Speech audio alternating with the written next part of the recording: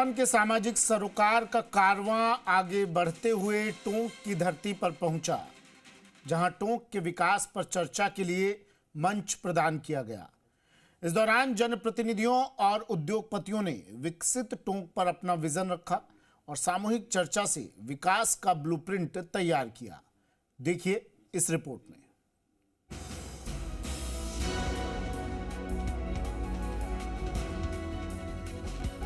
मरुधरा की माटी से जुड़ा जी राजस्थान सिर्फ एक न्यूज चैनल नहीं, बल्कि राजस्थान के करोड़ों लोगों की उम्मीदों का सारथी है। खबरों के साथ साथ सामाजिक सरोकार की बात, यही हमारा मूल मंत्र है। इसी उद्देश्य को ध्यान में रखकर जी राजस्थान का कारवां टोंक की धरती पर पहुंचा, जहां एक कदम विकास की ओर कार्यक्रम का आयोजन किया गया। कार्यक्रम की शुरुआत दीप प्रज्वलन के साथ हुई।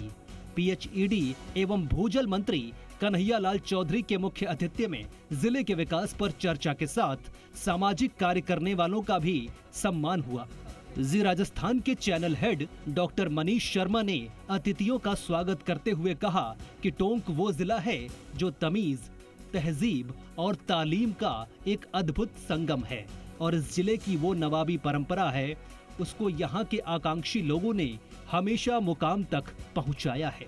उन्होंने कहा कि जी मीडिया के संस्थापक सुभाष चंद्रा हमेशा एक बात कहते हैं कि मीडिया का काम सिर्फ शोर मचाना नहीं, बल्कि समाधान की राह भी दिखाना है। इस कार्यक्रम का मकसद भी सरकार और जनता के बीच एक सेतु का काम करना है। जी मीडिया के संस्थापक और हमारे visionary chairman doctor Subhash Chandra हमेशा एक बात कहते हैं कि मीडिया का काम सिर्फ शोर मचाना नहीं है, बल्कि समाधान की राह भी दिखाना है।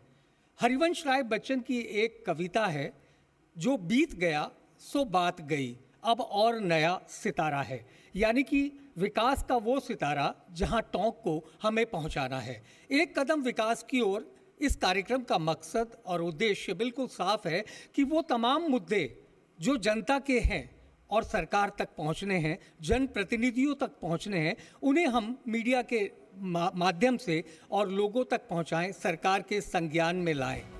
कार्यक्रम में मुख्य अतिथि मंत्री कन्हैया लाल चौधरी ने टोंक के विकास को लेकर अपना विजन रखा। उन्होंने कहा कि यहाँ प्रदेश की भजन लाल सरकार बहुत अच्छा काम कर रही है।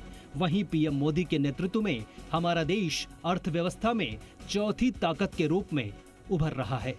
हमारे यहाँ एग्रीकल्चर सेक्टर में ज्यादा ग्रोथ है। पानी के लिए राम सेतु योजना राजस्थान के लिए वरदान है। पानी चाहे आपका इंडस्ट्री में हो, चाहे हमारा पीने के पानी हो, चाहे हमारे एग्रीकल्चर के हो, लगभग 2.5 लाख से ज़्यादा जो हमारे पुराने जो स्ट्रक्चर जो बने थे, जिनमें कभी भी पानी नहीं आता था। ईश्वर की कृपा है कि पिछले जब से देश के प्रधानमंत्री जी मोदी जी और हमारे यशस्वी मुख्यमंत्री भजनलाल जी 2 साल से जब से, तब तो शायद यहाँ एक तरह से पानी, जहाँ पे एवरेज जो बारिश टोंक जिले की 600 mm है, लगभग यहाँ 1300-1400 mm एवरेज बारिश यहाँ हो रही है। तो ये समझ सकता हूँ कि कितना इंद्र भगवान हमारे ऊपर मेहरबान हो रहे हैं।